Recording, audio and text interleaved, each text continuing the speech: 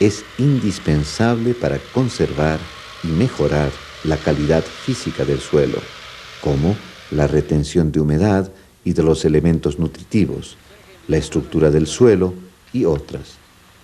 Además, estimulan la actividad biológica del suelo, necesaria también al mantenimiento de la calidad del suelo.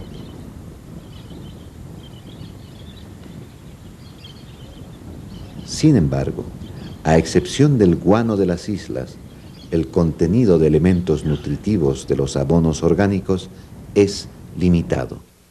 Y para restituir al suelo la totalidad de los elementos sustraídos por las cosechas, se necesitarían aplicar enormes cantidades de guano, que en las condiciones de la agricultura boliviana no son siempre disponibles, sobre todo si se quiere alcanzar altos rendimientos.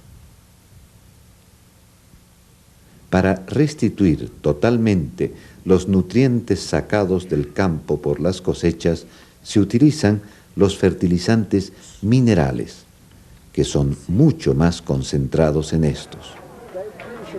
En el mercado existen muchos tipos de fertilizantes minerales. Estos pueden contener un solo elemento nutritivo o varios, en concentración y proporción variable. Los elementos que más falta hacen en el suelo y que tienen que ser restituidos mediante fertilización mineral son el nitrógeno, el fósforo y el potasio. Por este motivo, los fertilizantes minerales más conocidos y utilizados son los que contienen estos tres elementos.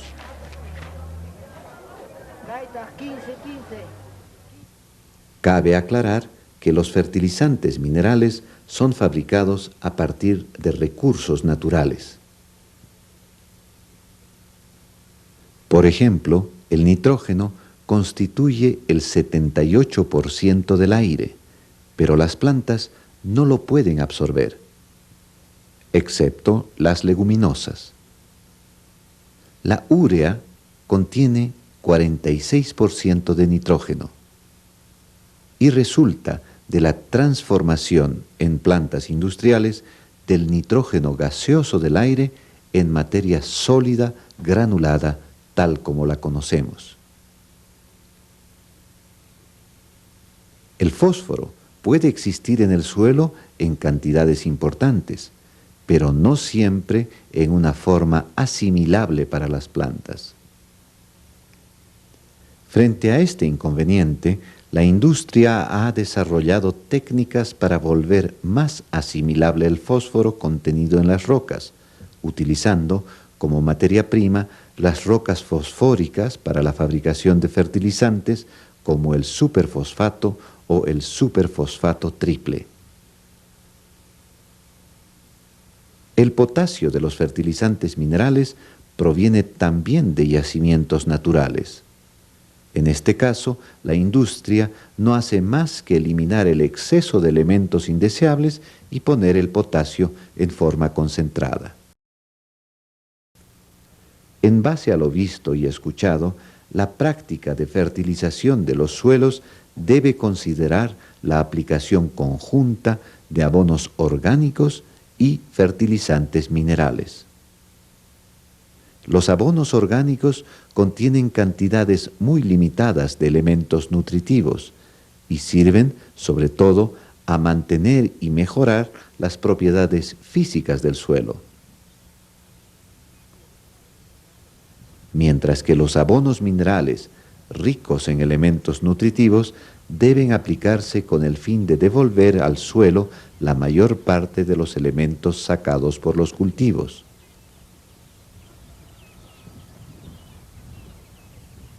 A medida que se quiere aumentar el rendimiento de los cultivos, se tiene que aumentar las dosis de los fertilizantes orgánicos y minerales.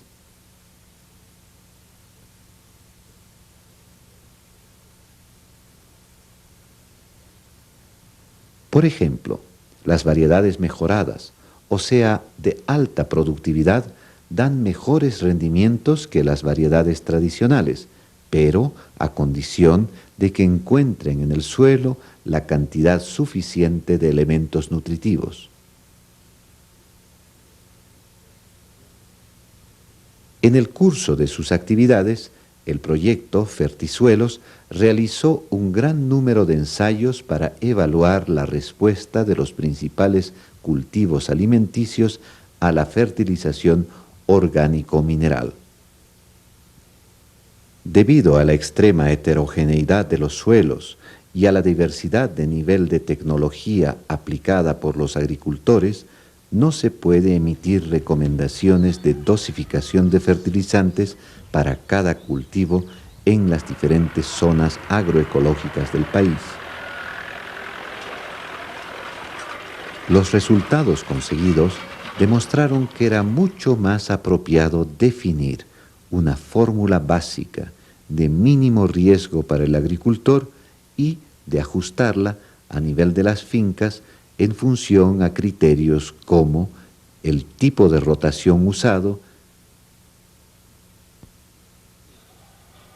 el nivel de fertilidad del suelo, que puede ser evaluado mediante análisis de laboratorio, los riesgos climáticos, la disponibilidad de agua de riego o el nivel de rendimiento que se quiere alcanzar. Tenemos que tomar en cuenta que, considerando el alto costo de los fertilizantes minerales, estos pueden ser rentables solo si todo el conjunto de prácticas culturales es satisfactorio.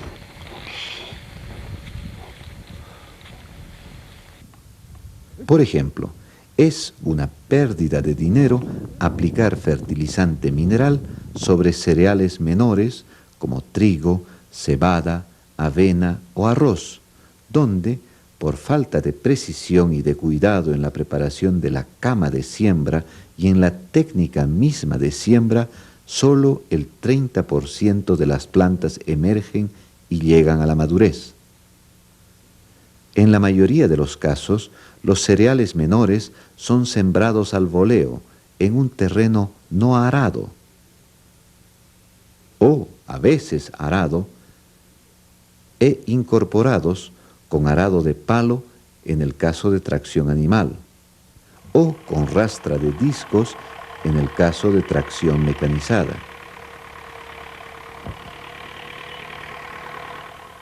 De esta manera, una parte de las semillas se queda en la superficie del suelo. Es presa de los pájaros, hormigas y otros predadores, o son incapaces de germinar por falta de un contacto completo con el suelo, que además se seca rápidamente en superficie.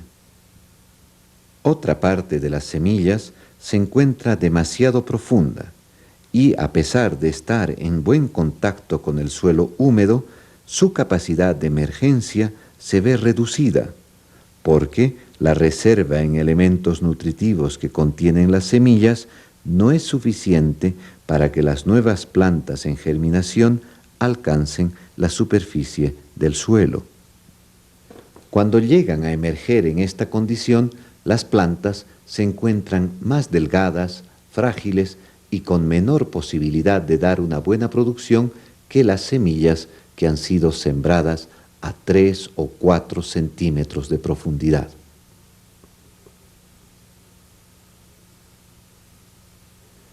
La emergencia de las plantas puede ser impedida también por obstáculos, como terrones duros, en el caso de no haber afinado suficientemente la cama de siembra.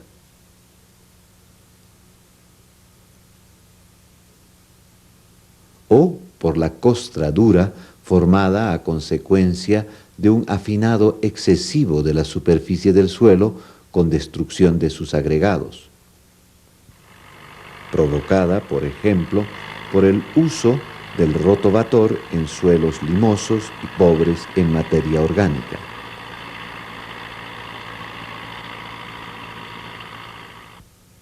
La baja densidad de plantas resultante de una siembra inapropiada hace que quede mucho espacio libre entre las plantas cultivadas, dando la oportunidad a las malezas de desarrollarse y competir con el cultivo por la luz, el agua del suelo y los elementos nutritivos.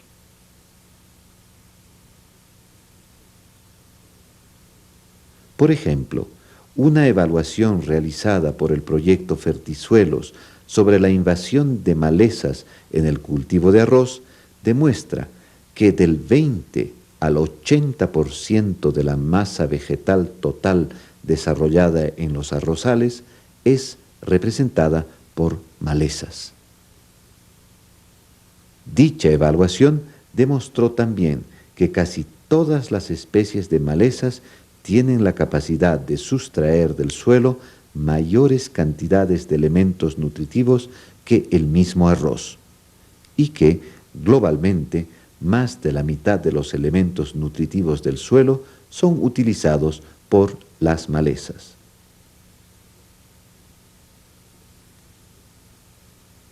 El problema de enmalezamiento puede existir en todos los cultivos y a grado variable. Tomando en cuenta que una parte considerable de los elementos nutritivos aportados por la fertilización orgánica y mineral puede ser utilizada por las malezas, no se recomienda el uso de fertilizantes sin estar seguro de poder controlarlas. Para que el uso de fertilizantes sea rentable en cereales menores, es necesario preparar bien el suelo, aplicar una cantidad adecuada de semillas y, sobre todo, implementar todas las prácticas que favorecen una buena emergencia y densidad de las plantas, reduciendo así la invasión de las malezas. Para esto, el proyecto Fertisuelos propone algunas innovaciones sencillas y bastante accesibles para los agricultores, basadas principalmente en el cuidado y la precisión con las que se realiza la siembra. En primer lugar, es muy importante una buena preparación del suelo, que incluye una labranza precisa con arado de vertedera, una fertilización mineral aplicada al voleo y un afinado de la superficie del suelo con rastra, eventualmente complementada manualmente con rastrillo. Una vez preparada una buena cama de siembra, la siembra debe realizarse procurando que las semillas estén distribuidas de manera uniforme y a una profundidad de 3 a 4 centímetros. Para esto se puede optar por una sembradora a tracción animal como la que vemos, o por el uso de un surcador hecho de madera o de fierro.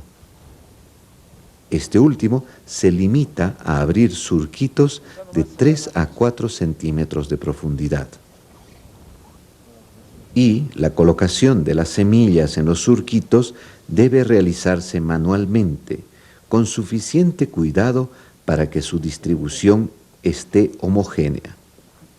Con el uso de surcador es sumamente importante derramar las semillas y tapar los surquitos inmediatamente después, para evitar la pérdida de humedad del suelo que podría afectar la óptima germinación.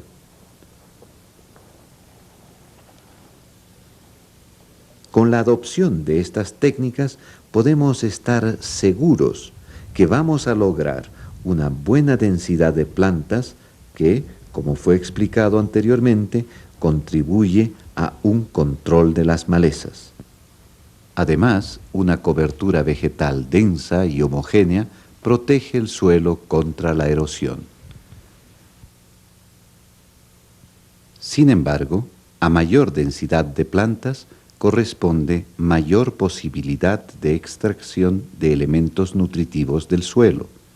Por lo tanto, debemos asegurarnos que haya suficiente cantidad de elementos nutritivos en el suelo y que la dosis de fertilizantes haya sido adaptada a la necesidad del cultivo.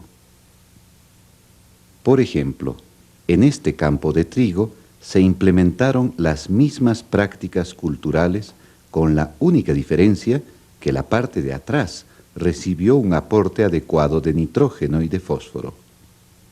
En la parte de adelante, la falta de elementos nutritivos no ha permitido el macollamiento y el desarrollo de las plantas, a pesar de su buena germinación y emergencia.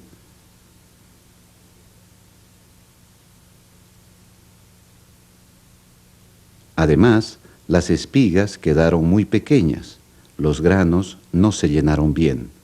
El rendimiento fue solamente de 700 kilos por hectárea, mientras que la parte fertilizada tuvo un rendimiento de 3.100 kilos por hectárea. Se puede concluir que el uso de fertilizantes sin el mejoramiento de las otras prácticas culturales puede revelarse poco rentable y entonces no es recomendable.